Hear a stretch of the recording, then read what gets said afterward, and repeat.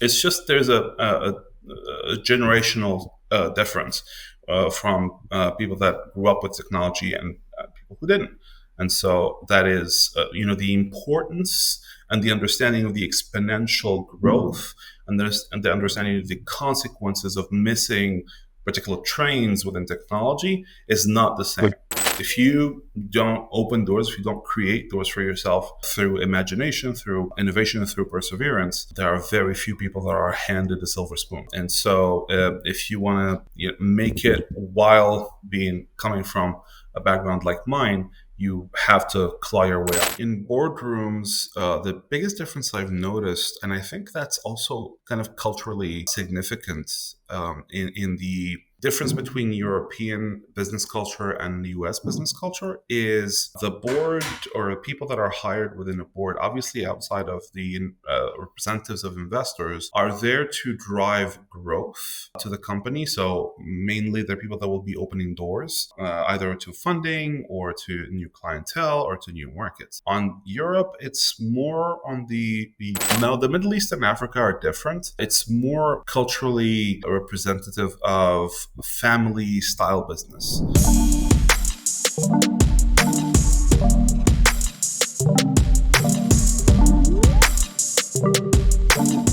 Welcome to Boardroom Chronicles podcast. I'm your host, Martin Rowinski, Boardsi co-founder and CEO. Today, we're thrilled to have with us Khalid Machchate, a visionary leader whose expertise spans from transformative tech to strategic policy making.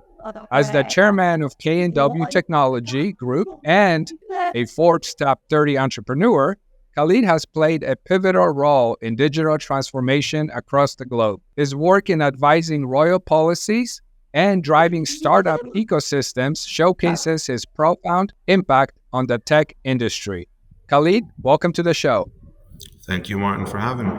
Awesome. I'm so excited because I know you're in Morocco, I believe, right now, right? Yes, indeed. And you have experience in more than just Morocco and other countries, which we'll dive into. But it's always great to hear a perspective from other countries and the work that you've done. So I'm looking forward to this. So like I said, your work spans working with companies in Europe, Middle East, and Africa. How do you adapt your strategies to cater to such diverse markets and regulatory environments? Thank you for that question. So starting from K&W Technology Group, starting to develop it 15 years ago, while the offshore model wasn't as advanced, especially within high added value markets, as it is today, we had to learn on the job. We had to understand how the cultural differences were between where we were having our engineers, which is mainly Morocco and Africa, to the places where our clients were. We needed to understand what they liked to see as their account executives, or also what the regulatory frameworks were.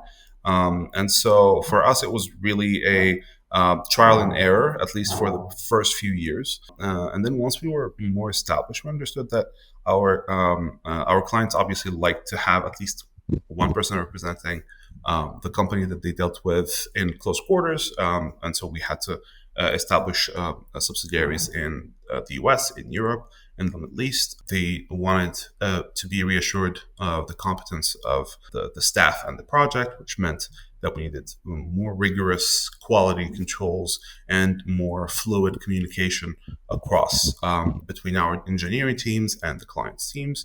And the client also wanted to be reassured that their data was treated respectfully of their regulatory environment.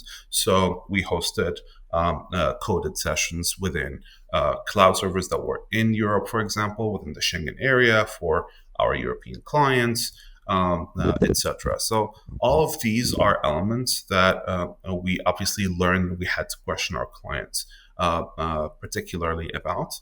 And it differs obviously from private sector, public sector, family offices. Each of them are more focused on a particular area or requirement than the other. Okay.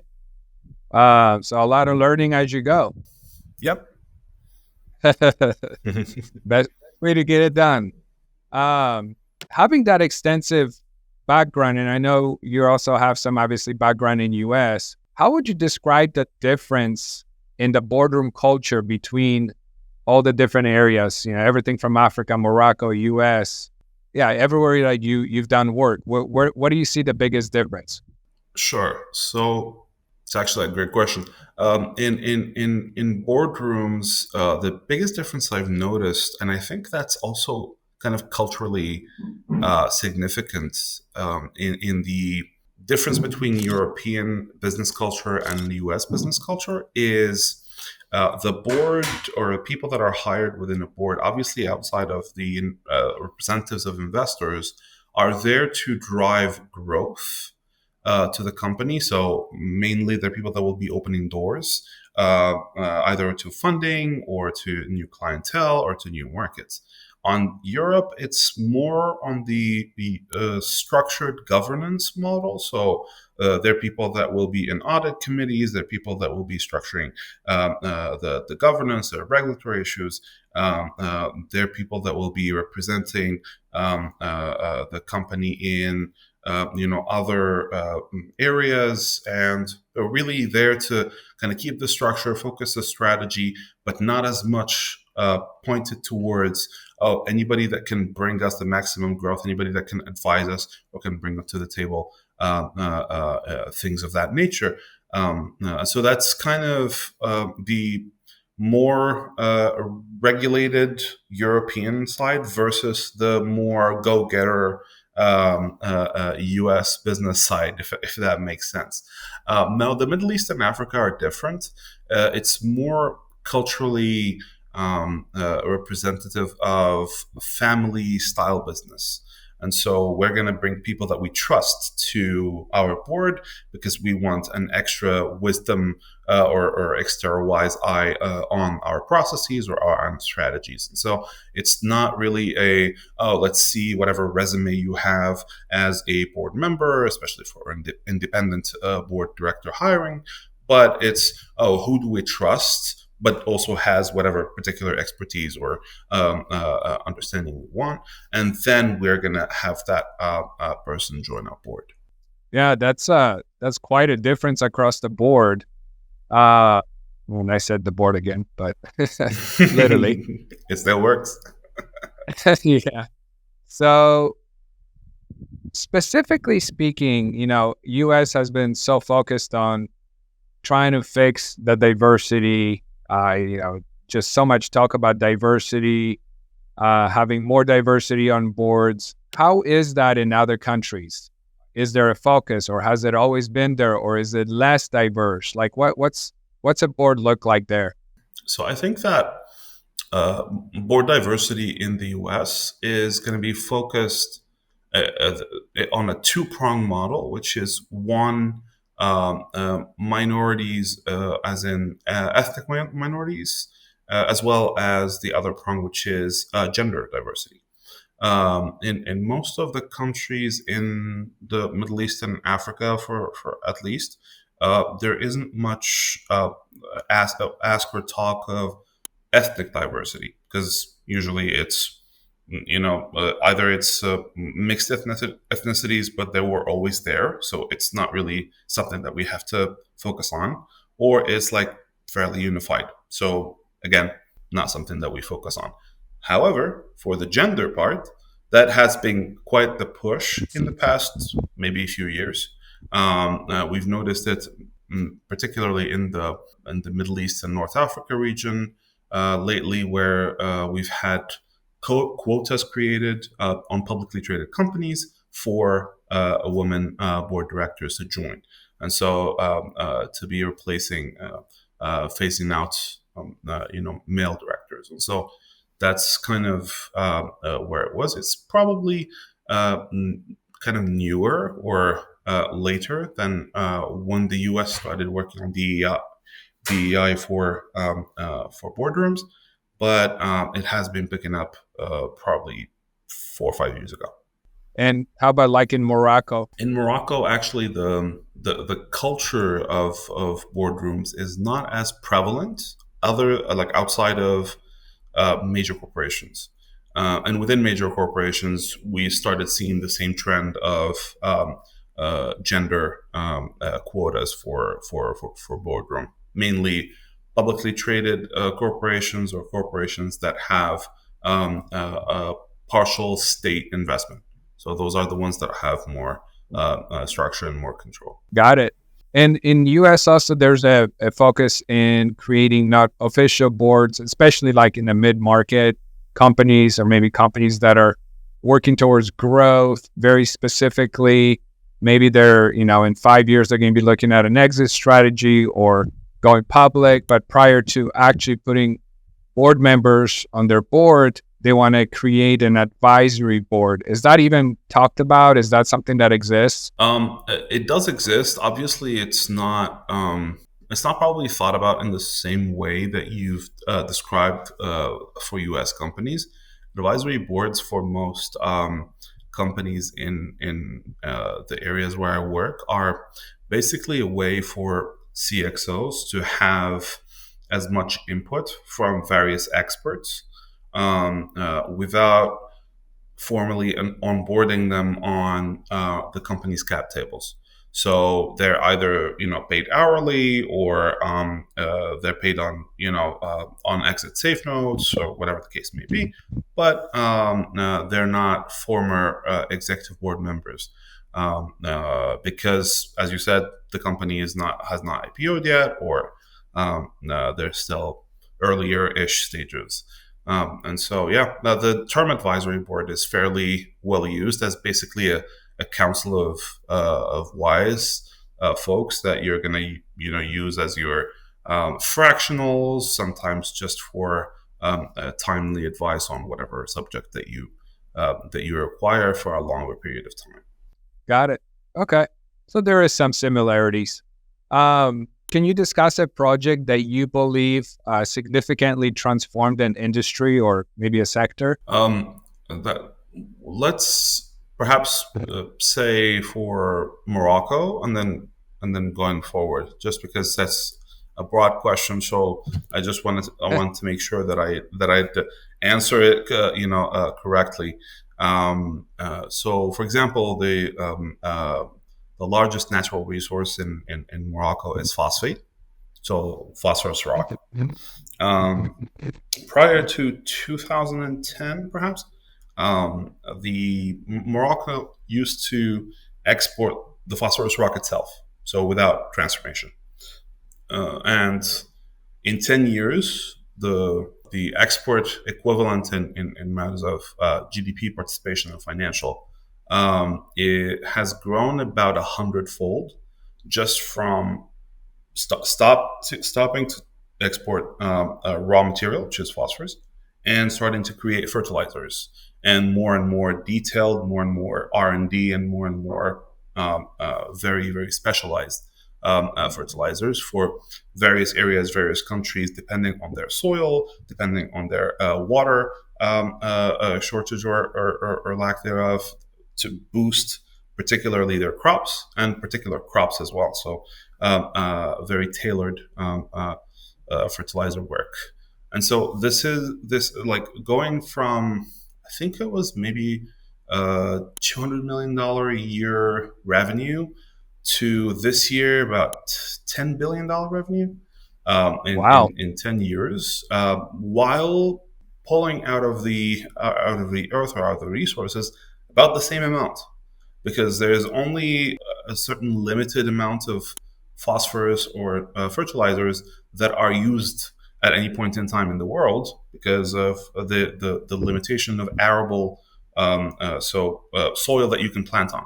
And so you can't really overflow the market, otherwise you drop the prices of the fertilizer. And so for about the same amount in 10 years, we've gone from 200 million to a 10 billion operation. So I guess that's fairly transformative, especially for a country that's, I think this year we're about 150 billion GDP for the whole country. So 10 billion is fairly close to 10%. So that's pretty significant.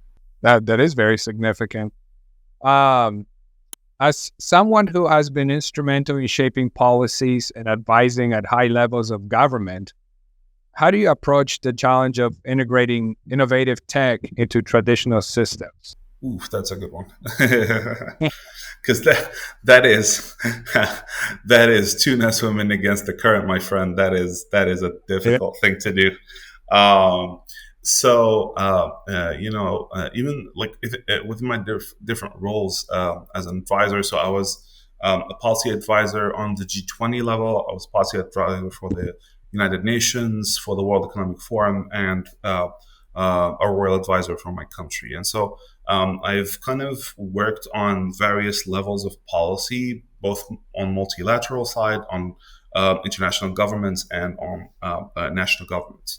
And it plays out fairly close, just because most of policy recommendation uh, or policy professionals that are within positions of power traditionally are fairly advanced in age, obviously, because that's what traditionally is a representation within those environments. And so it's just there's a generational difference from people that grew up with technology and people who didn't. And so that is the importance and the understanding of the exponential growth, and the understanding of the consequences of missing particular trains within technology is not the same, just because we haven't lived it the same. And so my role in a lot of those rooms were, one, to be understanding of that difference, two, to be able to explain why is it as important from an industrial, from a financial, from an economic standpoint as, say, heavy industry. And to bring examples from worldwide, from countries that went from being third world countries to developing countries just by implementing one pillar of digital economy. That example can take Pakistan or Bangladesh, that went from having fairly low GDP, having a lot of poverty issues, to just saying, "Oh, we're going to start a digital economy." Let's call it an industry where the offshore business, they got the idea from India, obviously, because they started first, but they focused on it as a national driver, and going from maybe a few 100,000 to about was it 15 or 20 million at the last census of people that are working offshore, and within high added value industry. So coding, AI, whatever the case may be, and the ridiculous amount of advancement within GDP that happened just by that vertical. And so you find out that a lot of these people just don't know actually these things. Because it's not; these are not industries that they've had to look into, or they're not just. It wasn't part of their interests while they were working on their policies previously. So my job was to be the voice of technology in every room, trying to approach Yeah. it as closely as possible to create parallels between technology or digital economy as an economic development vector to others that were previously permanent for others. Yeah. And, that brings up a great point, because there are two differences. You got a fast pace of technology, which is just increasing. Literally every day it's faster. Look at AI and what it has done. And then on the flip side, you have the slower pace of policy making and regulatory changes. That takes a lot more time. So how do you take the two and balance it? Like any thoughts on that? Um, sure. So the way I would best describe it, especially because again, I've had a bird's eye view on the policy making subject for multiple countries, because working within multilaterals, you can see after the G20 presidency was over, and you have the book of recommendations. You can track whatever each country has kind of done with the recommendations and how they try perhaps to implement it. um, you see that countries that, one, created spaces where there are organizations within the country that are government affiliated but function on a more corporational level, have a little bit of leeway, have a little bit of budget, and have some smart people on the top, can drive these sandbox environments where you can try things out while the regulator is looking, so under the eye of the regulator. So let's say, for example, when cryptocurrency became a thing, establishing a cryptocurrency or a blockchain sandbox under the review of a central bank, while the unit is being run by a smart person as if it was a company or an R&D center. So we're trying out different currencies. We're trying out their valuations. We're trying out paying them against other assets. We're trying also to establish stable coins and what does that mean for the market, and trying to push it to market and seeing how different individuals, consumers, buyers react to it. So this is the fastest way for an established government organization to get a feel for what that technology can bring from a risk standpoint, which is why policies get so slow in implementation or in creation, and from a creation or value creation standpoint. So you can see exactly that this will create value, but these are the risks that are identified, and you've seen them firsthand. The sandbox environment is limited in its impact on security and risk because it's only applicable for that particular environment. And so this is the first one. The second one is in places where, let's say, there's a big push on innovation from like top leadership level. So United Arab Emirates, Saudi Arabia, those kind of places where we've seen the first minister of AI coming in, or where they've worked on developing very large multi-$100 billion projects that were focused on those particular areas. That's for governments or organizations that have a little bit more leeway in their budget. Morocco can't, just because, well, we have national social security to implement. We have free education that we have to budget for, and we have to go figure our taxes out. So we can do sandbox because it doesn't cost as much, but we can't really, create a $40 billion AI investment fund like Saudi can.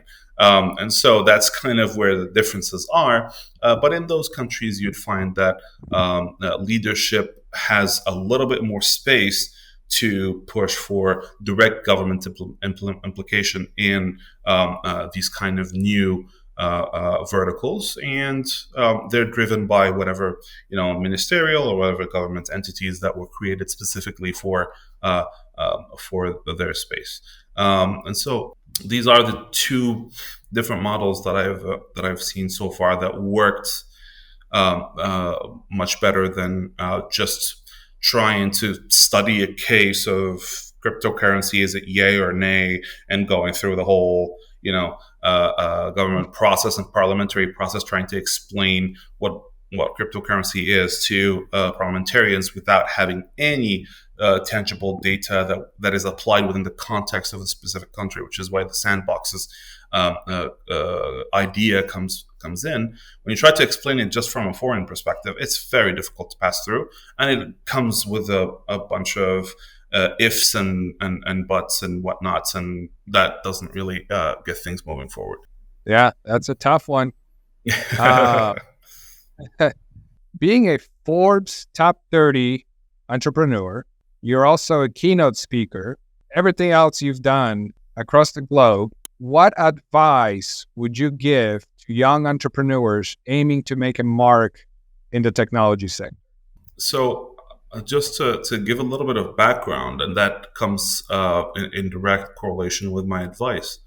I grew up in a fishing village with a couple thousand people in a far remote area.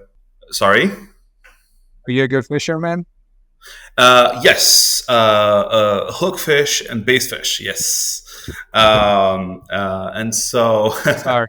no, of course, but which means that I was the farthest you can imagine from any opportunities. I studied in public school my whole life, and so anybody that sees this from kind of an external view would think, oh, that person is gonna kind of go through the standard route in their country, whatever it is, and uh, that's where my advice would come in, which is if you don't open doors, if you don't create doors for yourself through imagination, through innovation, and through perseverance, there are very few people that are handed a silver spoon. And so, if you want to make it while being coming from a background like mine, you have to claw your way up. And handling rejection and developing resilience and perseverance were my biggest assets in building and growing my company. Now, for technology specifically, I would say today is a lot easier and a lot better than 15 years ago when I started. And so, if you have a laptop and a smartphone, you can do pretty much a whole lot of things within the technology space. I mean, it's ridiculous. From the no code to Gen AI, like you can build a website in 2 minutes. ChatGPT gives you the text, and a no code a tool would create the website for you. I mean, come on! I had to code everything since I was 11. Every single line of code, every single color change, every single title. And so it is a lot easier, but also it comes with the fact that, well, I can make a website of anything I want, but I don't know what I want. And I don't want to get out of my couch, and I don't feel like I have an idea that's worth pursuing. Um, uh, that's not going to fall on your head. You're not Isaac Newton either.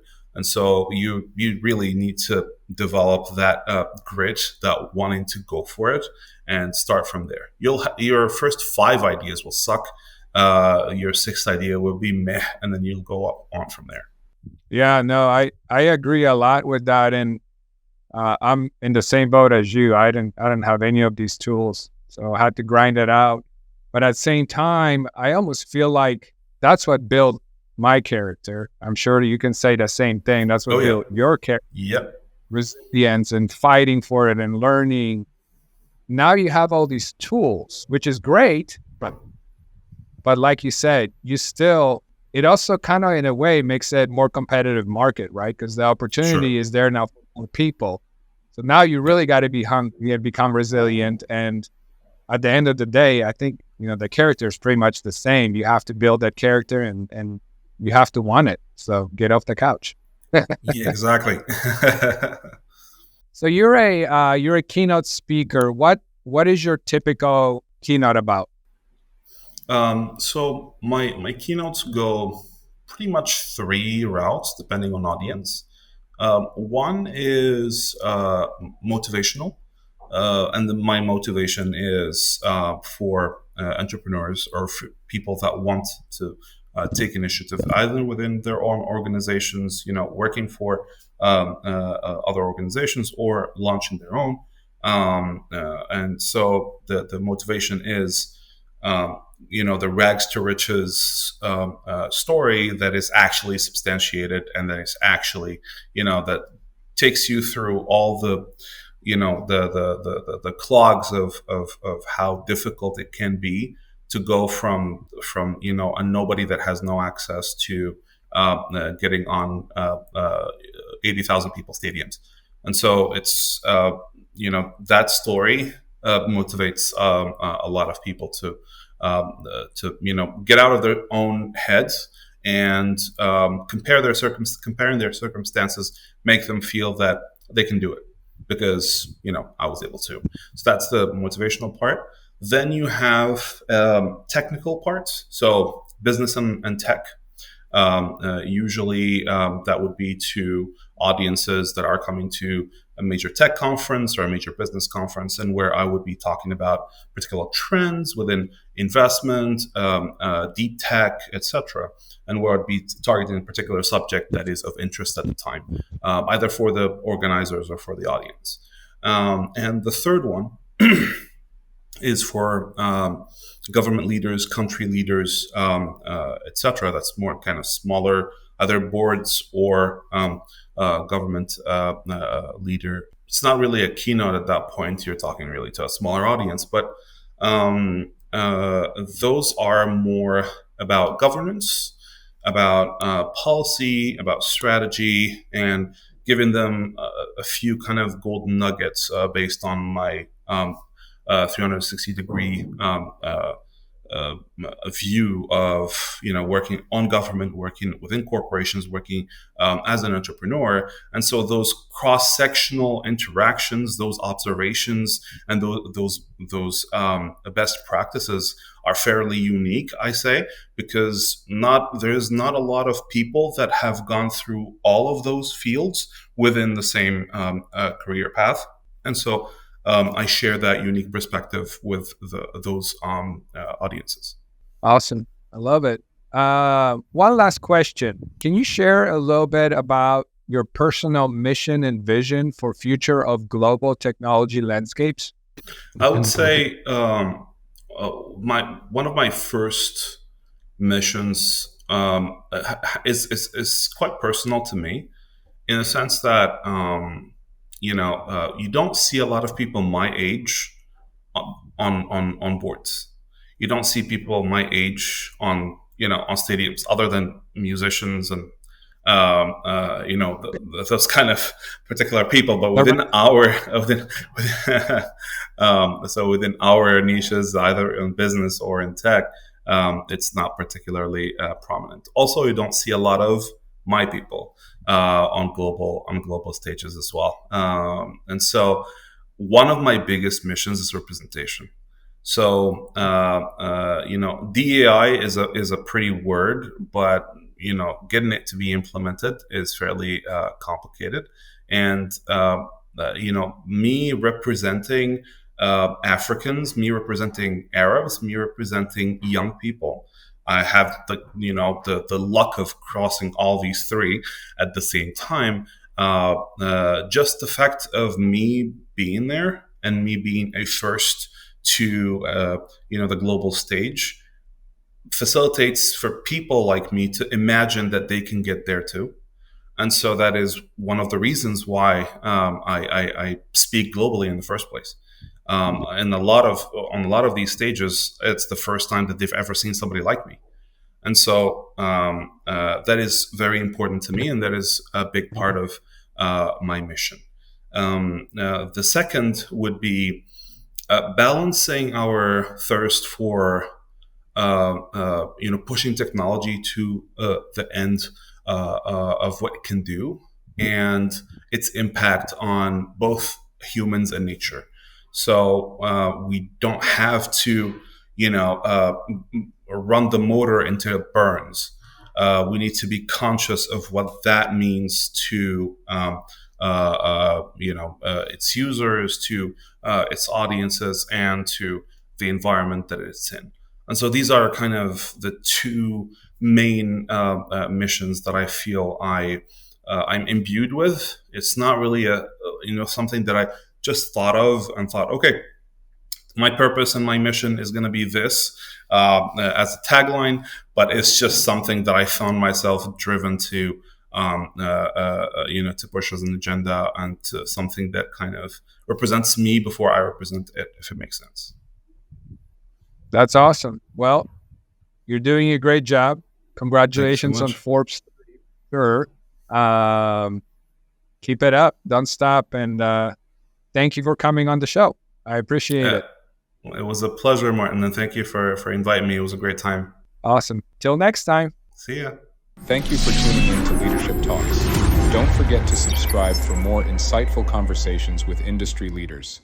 Your support means a lot to us.